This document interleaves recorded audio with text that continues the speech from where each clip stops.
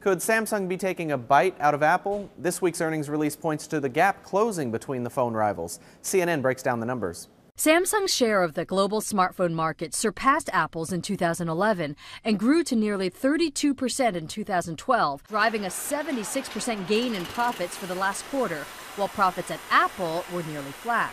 On NPR's Weekend Edition, they make the case that Apple could be suffering from a simple lack of continued innovation. And the market's become so used to Apple sort of coming out every 6 months or a year with some innovative new product that everybody has to have. And that's not happening.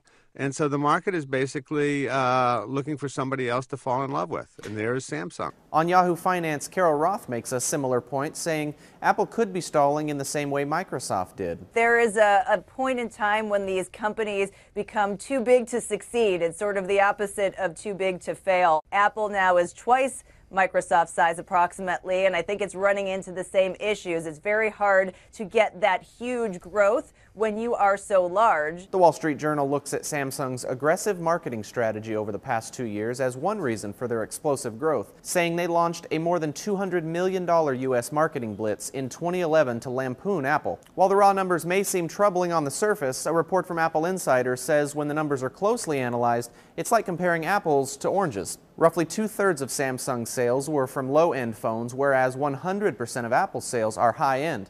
Samsung has $6.5 billion in profit on $52 billion in sales, while Apple had $13.1 billion in profit on $54 billion in sales, or roughly double the profit. According to an ABC report, the biggest issue is at the core of the company. The bigger threat is the loss of Steve Jobs himself. Many worry that the company has lost its creative genius. Apple was very much Steve Jobs. While the fight will certainly live on, Forbes points out that Samsung may be trying to over-innovate, saying they released 35 new models last year alone. For Newsy, I'm Jeremy Truitt. Multiple sources, The Real Story.